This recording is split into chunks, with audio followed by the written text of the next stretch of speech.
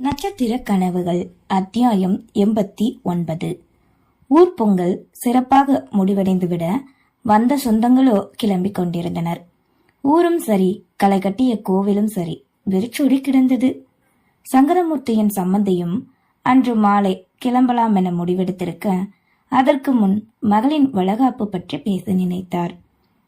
அனைவரும் ஹாலில் காலை உணவு உண்டு முடித்து அமர்ந்திருக்க, சரிங்க சம்பந்தி, அப்போ நாங்க சாயங்காலம் போல கிளம்புறோம். எங்க இருங்க சம்பந்தி, இருந்து போகலாம்ல, அதுக்குள்ளவா? வந்து 4 நாள் கிட்ட ஆகுதுல, அங்கேயும் வேலை கிடக்கு, ஹாஸ்பிட்டல்ல வேற பில்டிங் வேலை நடந்துகிட்டு இருக்கு. அப்புறம் சம்பந்தி, அதித்திக்கு வளகாப்பு போடுறத பத்தி பேசணும்னு நினைச்சேன். நானும் அதைத்தான் சொல்லணும்னு நினைச்சுக்கிட்டு இருந்தேன். நீங்களே ஆரம்பிச்சிட்டீங்க. மருமகளுக்கு 7ஆம் மாசம் பிறந்துருச்சு. இந்த மாசமே பண்ணிடுவோமா? பண்ணிடுவோம் எங்க. அதனை கேட்டுக்கொண்டிருந்த அதித்தி சட்டன எழுந்து, இப்ப வேண்டாம் மாமா, அப்பா எனக்கு 9ஆம் மாசமே போடுங்க என்றாள். ஏண்டா, என்னாச்சு? பசுபதி எழுந்து நின்று கேட்கவே, எனக்கு தேவா விட்டு பிரிஞ்சிருக்க முடியாது, தேவா கூட இருக்கணும்னு நான் நினைக்கிறேன். மருமகளை புரிந்து கொண்டவரோ, அதுக்கு என்னம்மா, தேவாவையும் உன் கூடவே கூட்டிட்டு போ, உன் கூடவே இருக்கட்டும் அவன். சங்கரமூர்த்தி மனமோ மகனின் நல்வாழ்க்கையை மட்டுமே நினைத்தது. இல்ல மாமா, தேவா சென்னையில என் கூட இருக்கிறது சரிப்படாது, அதனால இப்போ வேண்டாமே. இதுதான் தன் முடிவென கூறிவிட்டு அங்கிருந்து அதித்தி சென்று விட்டாள். சங்கரமூர்த்தியின் மனமோ, எதுக்காக இந்த புள்ள இப்படி சொல்லுது? ஒருவேளை என்னாலதானோ? நான் முன்ன தேவா இங்கதான் இருக்கணும்னு சொல்லி கூட்டிட்டு வந்தேன்ல, அதை நினைச்சு சொல்லிட்டு போகுதோ எண்ணினாள். பசுபதி மனமோ, இப்பெல்லாம் அதித்தி விலகி போற மாதிரியே இருக்கே, சரியா பேச மாட்டிக்கா, என்ன காரணமா இருக்கும்? நிச்சயம் தேவா கூட இருக்கிறது கிடையாது, ஆனா வேற என்னவோ இருக்கு நினைத்து கொண்டு நின்றார். இப்ப என்ன பண்ண சம்பந்தி? விஷாலாட்சி கேட்க, நாங்க போறதுக்குள்ள அதித்தி கிட்ட பேசி என்னன்னு கேட்டுட்டு சொல்றோம் என்றதும் இவர்களும் சரி என்று விட்டனர். சிறிது நேரம் செல்ல தேவா வெளியே சென்றிருக்க, மகளின் அறைக்குள் பேசுவதற்கு நுழைந்தனர் பெற்றவர்கள். அங்கிருந்த சோஃபாவில் வந்து அமர, இருவரின் அருகில் வந்து அவளும் அமரவே, என்னம்மா, எதுக்காக அப்படி சொன்ன? மகளின் கரங்களை பற்றி கொண்டு கேட்டார் பசுபதி. நான் இந்த வீட்டு மருமக, இது நான் புகுந்த வீடு, அப்போ நான் இங்கதானே இருக்கணும். ஆனா அதித்தி, இந்த நேரம் நீ அம்மா கூட நம்ம வீட்டுல இருந்தா தானடா நல்லது என ராதிகாவும் மகளுக்கு புரிய வைக்க முயன்றார். நீங்க வரப்போறேன்னு சொன்னா நானும் சரின்னு சொல்லிட்டேன். உன் விருப்பம், உன் சந்தோஷம்தான் முக்கியம்னு விட்டுட்டேன். ஆனா நான் நினைச்சது தப்பு. உன் மனசுல வேற ஏதோ இருக்கு. அது என்னதுமா? ஒருவேளை இந்த வீட்டுல யாரும் உன்னை இங்கதான் இருக்கணும்னு வற்புறுத்தினாங்களா? சந்தேகமாய் கேட்க, இவங்க எல்லாரையும் பார்த்தா உங்களுக்கு அப்படியா தெரியுது? என்னை உள்ள கையில வச்சு தாங்குறாங்க, தேவாவை விட அதிக பாசம் காட்டுறாங்க.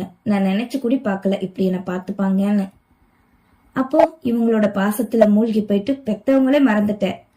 எங்களை விட இவங்க எல்லாரும் உனக்கு முக்கியமா போயிட்டாங்களாமா? ஐயோ அப்பா, நான் அப்படி நினைக்கல. நீங்க என்ன பெத்தவங்க, அது யாராலையும் என்னைக்கும் மாறாத நிரந்தரமான ஒண்ணு. நீ எங்க கூட இருக்கணும்னு நாங்க ஆசைப்படுறது தப்பாமா? சாரிப்பா, என்னால எதுவும் சொல்ல முடியாது. நீங்க 9ஆவது மாசமே வளகாப்பு வைங்க, அப்ப வர நம்ம வீட்டுக்கு நான் மட்டும். இப்பனாலும் அப்பனாலும் தேவா உன் கூட வரத்தனமா போறான், அது என்ன நான் மட்டும்? ஒருவேளை உங்களுக்குள்ள பிரச்சனையா? எங்களுக்குள்ள என்னப்பா பிரச்சனை வரப்போகுது? ஆமா, தேவா என்னைக்கும் உன்னை விட்டு கொடுக்க மாட்டான், நாங்க அதை பார்த்துக்கிட்டு தானே இருக்கோம். இந்த நம்பிக்கையில தானப்பா நீங்க நல்லா யூஸ் பண்ணிக்கிட்டீங்க. வேண்டாமன்னு நினைத்தாலும் மனமோ வெளிக்கொட்டி விட துடித்தது. என்னம்மா இப்படி பேசுற? என்னதாம்மா உன் பிரச்சனை? ஏதோ புரிபடுவது போல் தெரிய கேட்டார். நீங்க ஏன்பா தேவாவை மருமகனா பார்க்காம ஒரு டாக்டரா பாக்குறீங்க?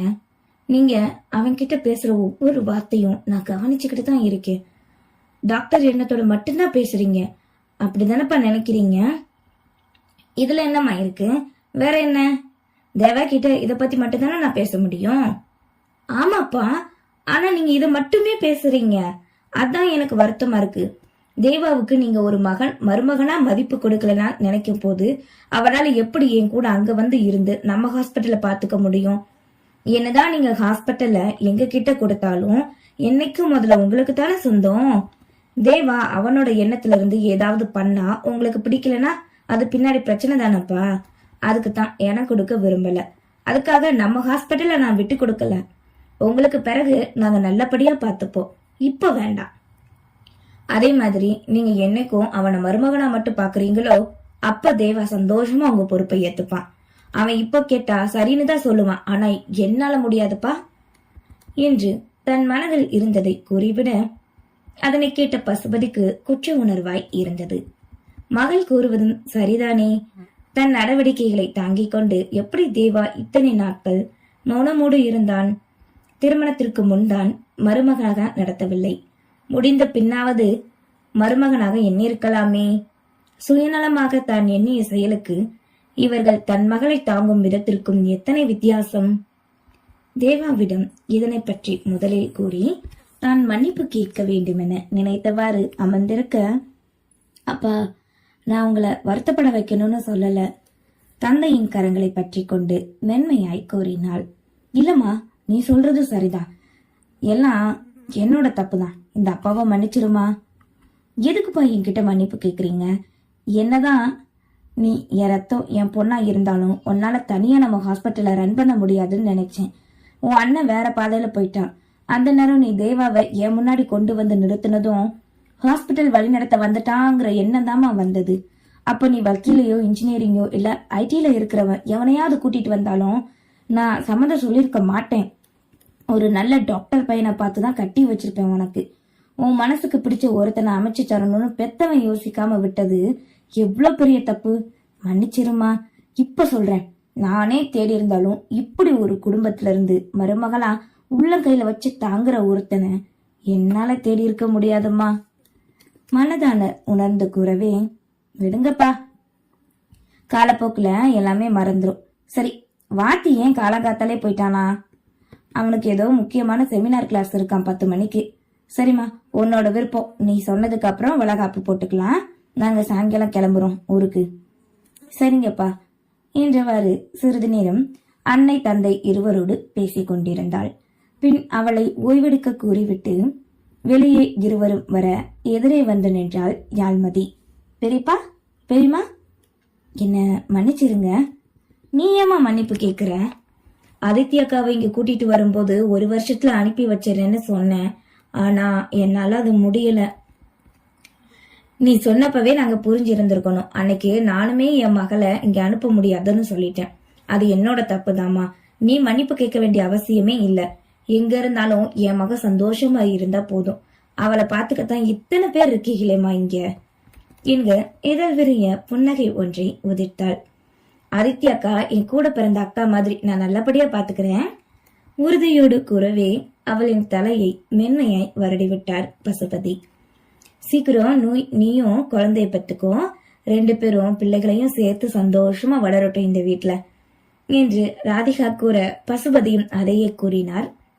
அவர்களின் கூற்றில் இனி அதித்தி காலம் முழுவதும் எங்கிருந்தாலும் சரி என்ற வார்த்தை இருப்பதை புரிந்து கொண்டவளோ, நாங்களும் அதைத்தான் எதிர்பார்த்துக்கிட்டு இருக்கோம். சீக்கிரம் நல்ல செய்தி சொல்லிடுறோம் முகம் சிவக்க மலர்ந்து கூறினாள். ஊர் தலைவர் பதவியில நிக்கிறேன்னு சொன்னாங்களே, வாழ்த்துக்கள்மா. நிச்சயமா நீ ஜெயிப்ப. இந்த வீட்டை மட்டும் இல்லாம இந்த ஊரையே நல்லபடியா பாத்துக்கோ. ஐயோ, அதையும் கேக்குறீங்க பெரியப்பா? எனக்கு போட்டி சொந்தத்துக்குள்ளே வந்துருச்சு. நாளையில இருந்து அந்த வேலைதான் எனக்கு ஆரம்பமாக போகுது. அப்போதே சோர்ந்து போனவளாக கூற, போட்டியில எதிராளின்னு இருந்தா தானே அது ஒரு ஆர்வத்தை கொடுக்கும். பாக்கலாம் பெரியப்பா. சரி, எனக்கு வேலை இருக்கு, வந்துடுறேன் என கூறி விலகி செல்ல இவர்களும் கீழே இறங்கினர். இளந்திரையன் அவனின் நண்பர்களை அனுப்பி வைக்க சென்று விட அன்று வயலுக்கு நெற்பயிர் அறுவடைக்கு ஆட்கள் வந்திருந்தனர். அதனால் தேவா வேலையாட்களை கவனித்துக் கொண்டிருப்பதாக தகவல் வந்தது பசுபதிக்கு. உடனே தேவாவை சென்று சந்தித்த பசுபதி மனதில் இருப்பதை கூறி மன்னிப்பு வேண்டினார். நீங்க என்னை எப்படி நினைச்சாலும் நான் உங்களை என் மாமனாரா மட்டும் இல்லாம என் அப்பாவுக்கு சமமா தான் நினைக்கிறேன்.